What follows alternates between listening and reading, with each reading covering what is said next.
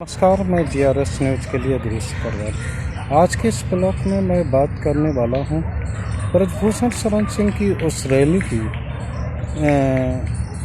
जो कि अयोध्या में दावा था कि 11 लाख संतों के साथ होने वाली है। जन चेतना रैली के नाम से होने वाली उस रैली को अनुमति न मिलने के कारण स्थगित कर देना पड़ा। ये साधारण सी बात आप सभी लोगों को पता होगी कि ब्रजभूषण शरण सिंह ने अपने फेसबुक पेज पर पोस्ट करके इस रैली को विभिन्न कारणों के कारण स्थगित होना बताया है, जबकि इसके पीछे का मुख्य कारण क्या है ये मैं आपको इस ब्लॉग में बताने वाला हूँ। आप सभी लोगों को जानकारी होगी कि ब्रजभूषण शरण सिंह पर 7 महिला पहलवानों ने यौन शोषण का आरोप लगाया था, जिसको लेकर कल उनकी एक विस्तृत रिपोर्ट जो उनके खिलाफ महिला पहलवानों ने दर्ज कराई है, जिसमें कि पॉस्को का भी मुकदमा है, वो कल सार्वजनिक की गई। उसकी कॉपी कल प्रेस मीडिया में रिलीज हुई। टाइम्स ऑफ इंडिया ने तो अपने संस्करण में उस कॉपी को विस्तृत रूप से प्रकाशित किया है। तो मैं आपको वो कारण बताना चाहता हूँ जिसके कारण ब्रजभूषण शरण की रैली स्थगित हुई और उन्हें बैक फुट पर आना पड़ा। तो ये जो मुख्य कारण ब्रजभूषण शरण सिंह ने ये बताए हैं कि उनके राजनीतिक विरोधियों ने उनके खिलाफ एक अभियान चला रखा, तो उसको लेकर उन्होंने अपनी रैली स्थगित की है। लेकिन उसके कारण बहुत बड़ा कारण है, मुख्य कारण ये है कि अब ब्रजभूषण शरण सिंह को लेकर भारतीय जनता पार्टी के अंदर ही फूट पड़ गई है। केंद्र और उत्तर प्रदेश सरकार के मुद्दे में निश्चित रूप से इस मुद्दे को लेकर तलवारें खिंची हुई हैं। मुख्यमंत्री योगी आदित्यनाथ ने इसको लेकर अपनी आपत्ति केंद्र तक पहुंचा दी थी और उन्होंने इसको लेकर कोई सख्त कदम उठाने के निर्देश भी अंदर खाने में दे दिए थे। लेकिन इसके पूर्व ही ब्रजभूषण शरण सिंह को केंद्र से ये इशारा मिला कि वो मीडिया से दूरी बनाएं और उजूल फजूल बयान देने से बचें। आप सभी लोगों को जानकारी होगी कि इधर महिला पहलवानों को लेकर खाप पंचायतों का दौर जारी है।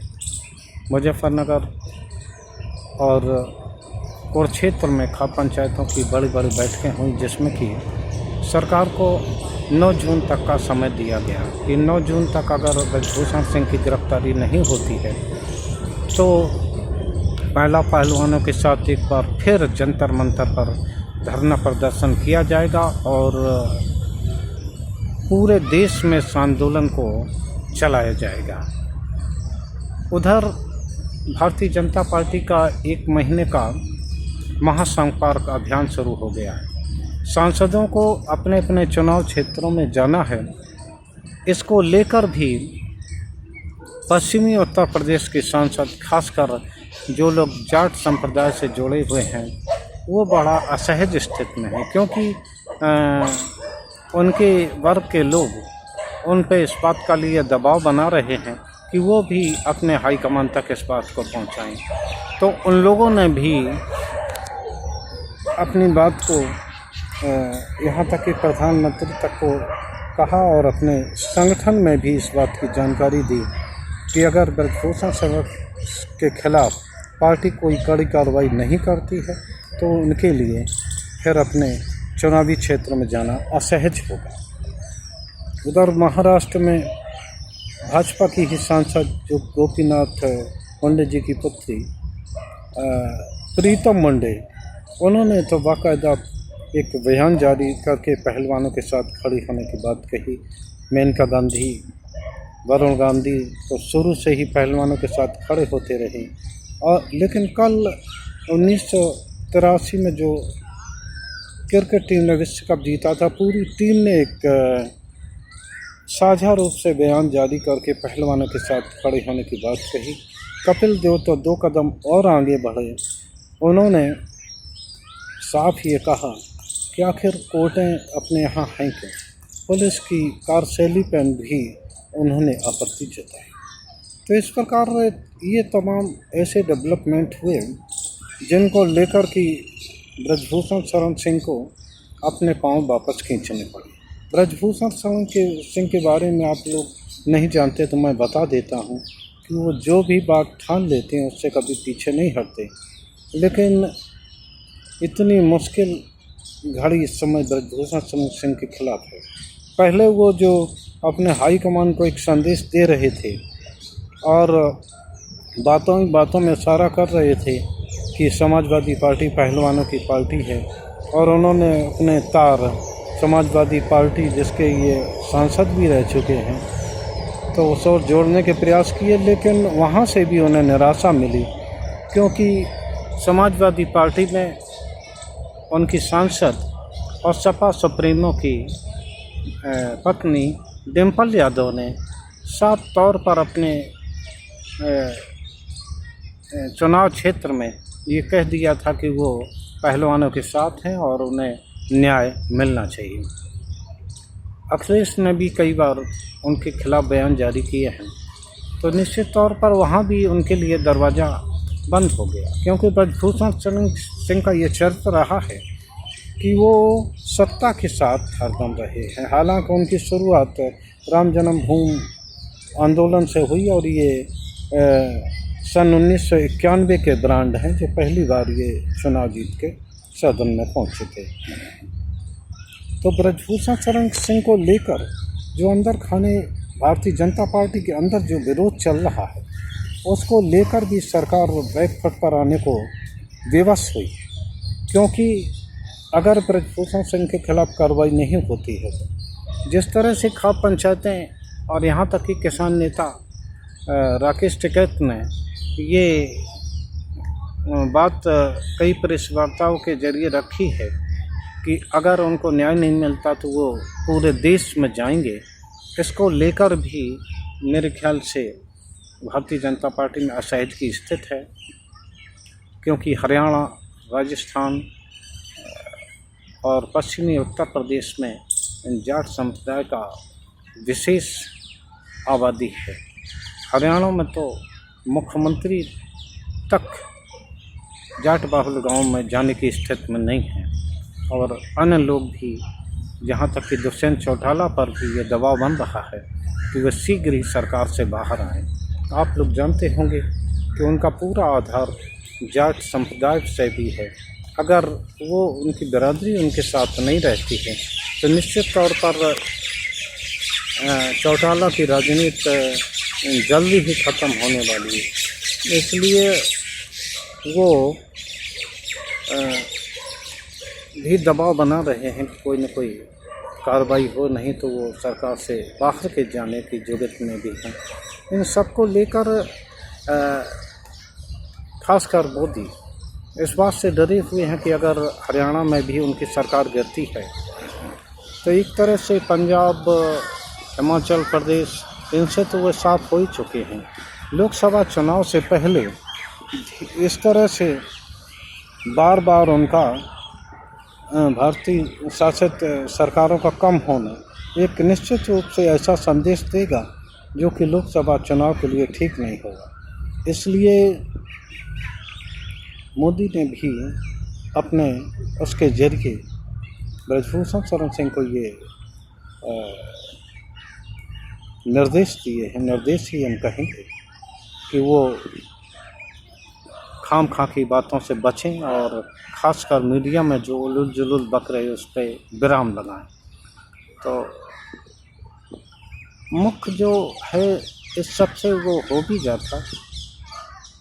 भाई ब्रजभूषण सिंह का असर गोंडा से लगी 1-2 सीटों पर है और 4-6 सीटों पर वो उनके जात के लोग विशेष प्रभाव रखते हैं।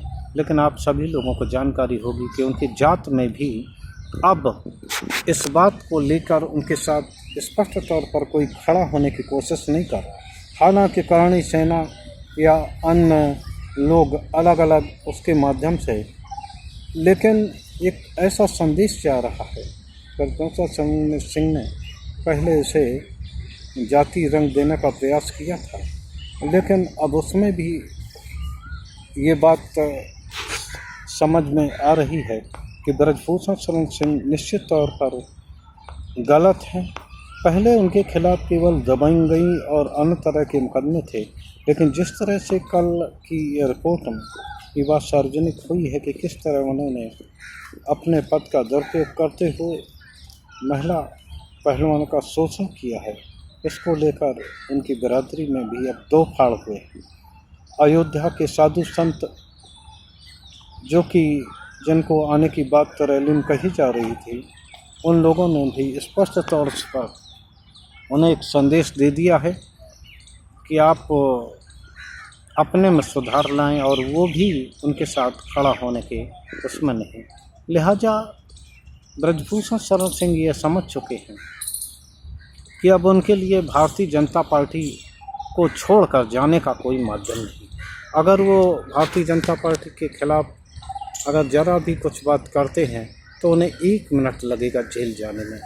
इसलिए वो मजबूरन पार्टी में रहने को विवश हैं। हालांकि बीच में उन्होंने समाजवादी पार्टी से खुद ही जाके उसमें लौटने की वो की थी, लेकिन वहाँ से भी दरवाज़ा बंद हो जाने से, क्योंकि ब्रजभूषण सिंह का कोई भरोसा नहीं। कई बार वो सपा से सांसद रहे, लेकिन बाद में वो लौटकर भारतीय जनता पार्टी में चले गए।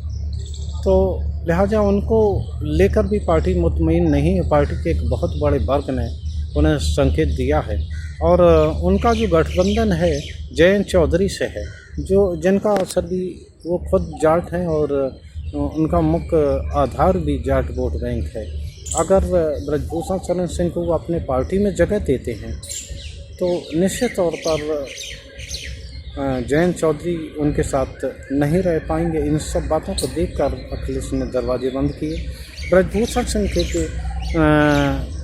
को भी ये समझ में आ गया है कि अगर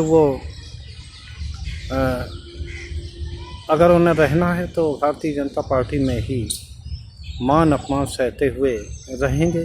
कल उन्होंने उनका एक बयान भी दिखाई दिया जब पत्रकारों ने ये पूछा कि अगला चुनाव आप कहाँ से लड़ेंगे, तो उन्होंने केसरगंज का जिक्र किया, और पार्टी पूछने जाने पर साफ कहा कि भारतीय जनता पार्टी। इस प्रकार ब्रजभूषण सिंह की भी मजबूरी हो गई है कि वो भारतीय जनता पार्टी में ही बने रहें, जिससे कि उनकी राजनीति भी बरकरार रहे और उनका